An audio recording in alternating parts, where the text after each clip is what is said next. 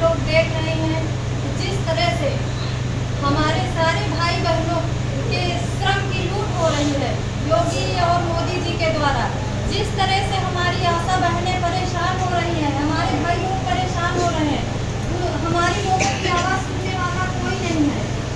और इस आवाज़ को जैसे ही हम लोग उठाते हैं, चलाते हैं, उसको दबाने के लिए हमारे योगी आदित्यनाथ के पाले हुए भ्रष्ट कर्मचारी हम लोगों पे हावी हो जा रहे हैं। इसका कारण ये है कि हमारी एकता अभी बहुत कमजोर है और हम लोग इकट्ठे नहीं हो पा रहे हैं। इसलिए मैं आप लोगों से यही कहना चाहूँगी, बार बार यही कहती हूँ कि हम लोगों को एकठन इतना तेजी से आगे बढ़ाना है कि आने वाले समय में हमें योगी आदित्यनाथ पे हावी हो जाना है। नहीं तो इसी तरह हम लोगों के श्रम की लूट होती रहेगी और हर तरीके से गरीब लोगों को ही प्रताड़ित किया जाएगा और हम लोग इसी तरह परेशान रहेंगे। अभी आप लोग देख रहे हैं इतनी स्कीमें चल रही हैं योगी आदित्यनाथ जी के द्वारा कि अभी महिला सशक्तिकरण की बातें करते हैं। मैं उनसे ये पूछना चाहती हूँ कि महिला सशक्तिकरण है क्या? आप हमें बताइए कि हमारी जो महिलाओं को आपने इतना उनको बंदी की तरह काम करा रहे हैं, एक जेल के कैदी की तरह आप लोगों ने काम करवा रहे हैं कि क्या यही महिला सशक्तिकरण है कि उनका कोई वेतन नहीं है और उनको रात दिन काम करने के लिए परेशान किया जा रहा है और यहाँ तक उनको प्रोत्साहन राशि में से अगर उनको साल में 6 महीने रोक करके उनको दी जा रही है, 2000 रुपये भी उनको साल 6 महीने आशा बहनों का रोक लिया जाता है और अगर साल में 1000 पर मंथ के हिसाब से 12 महीने का आया 12,000 रुपये, तो हमारे अधीक्षक सीएमओ गीदड़ जैसे नजरे गाड़े बैठे हुए होते हैं कि कब इनका श्रम का पैसा आए तो इनसे हम 1000-2000 की वसूली उसमें से भी कर लें, क्योंकि अभी कौशाम्बी का ये जीता जागता कौन सर ने बोला है?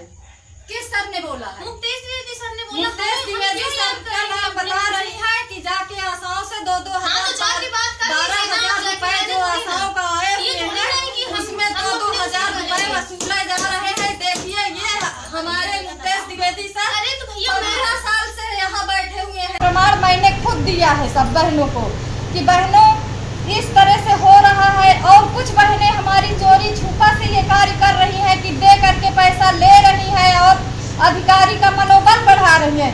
तो मैं उनसे बार बार हाथ जोड़कर ये कहती हूँ कि अपने बहनों का साथ दीजिए। जो बहनें आप लोग के हित के लिए लड़ाई लड़ रही हैं तो आप लोग उनका साथ दीजिए। वो आप लोगों को टुकड़ियों में नहीं, आप लोगों को सम्मान दिलाने के लिए लड़ाई लड़ रही हैं, लेकिन हमारी बहनें अभी इस बात को समझने के लिए तैयार नहीं है, क्योंकि अभी जो बहनें हमारी कौशाम्बी में इस बात का विरोध की है कि अधीक्षक के द्वारा वसूली होती है, उनका पैसा भी रोक दिया गया। प्लस हम लोगों ने जब 3 जून को सीएमओ सर का वहाँ घेराव किए तो इसके बाद 6 जून को फिर उसके बाद उन्होंने सीएमओ सर के द्वारा हमारी 19 बहनों को नोटिस पकड़ाई गई कि ये लोग निष्क्रिय हैं, इनको निकाल दिया जाए। तो फिर हमारी बहनें बहुत परेशान हुई और बात की कि बताइए दीदी ये ऐसे हो रहा है निकालने की, अभी पैसा रोक दिया गया और अब निकालने के लिए बात कर रहे हैं। तो हमने उनसे यही कहा आप लोग मिलिए अपने ग्राम प्रधान से, क्योंकि हमारी नियुक्ति ग्राम प्रधान के द्वारा हुई है, हमें किसी अधीक्षक ने नहीं रखा हुआ है। तो ग्राम प्रधान सेक्रेटरी से उन लोगों ने मिलकर के बात की, एनएम को इतना दबा दिया गया कि वो वाउचर पे साइन न करें और अपनी आशाओं को निष्क्रिय दिखाए।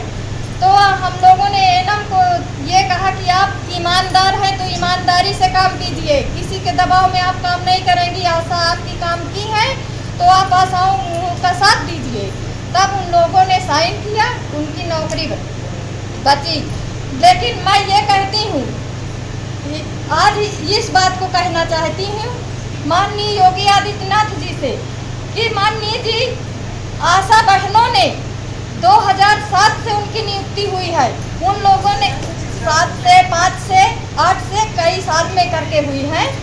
तो अगर उन लोगों के आने से मातृ मृत्यु दर कम हुई, शिशु मृत्यु दर कम हुई, एक से बढ़कर एक लंबी बीमारियां कुष्ठ रोग है, दस्त रोग है, चाहे जिस बीमारी पल्स पोलियो जैसी बीमारियों को आशाओं ने मिटाया है, इसके लिए हमारी पिछली सरकार से लेकर अब तक की सरकार ने इतने एनजीओ लगाए, इतनी यूनिसेफ लगाए। कोरोना काल में आशाओं को कोरोना योद्धा का नाम दिया गया, लेकिन उनके साथ हुआ क्या? यहाँ तक कि उनकी प्रोत्साहन राशि भी नहीं दी गई है। लेकिन सरकार को मैं ये कहना चाहती हूँ, योगी मोदी सरकार को ये नहीं मालूम कि आशाएं जिस कार्य में लग जाती है, एक से बढ़कर एक बीमारियों को वो मिटा देती है। तो ये बीजेपी नामक बीमारी को हम लोग मिटाएंगे, इसमें कोई दो राय नहीं है। अगर बीजेपी नहीं सुनती तो इस बीमारी को भी हम घर घर जाकर मिटाने का कार्य करेंगे। और इसी के साथ मैं अपनी बहनों से बार बार विनय कर रही हूँ, उनको इस संगठन को मजबूत करने के लिए आह्वान कर रही हूँ कि आप लोग साथ दीजिए और ये लड़ाई हम लोग अवश्य जीतेंगे। धन्यवाद।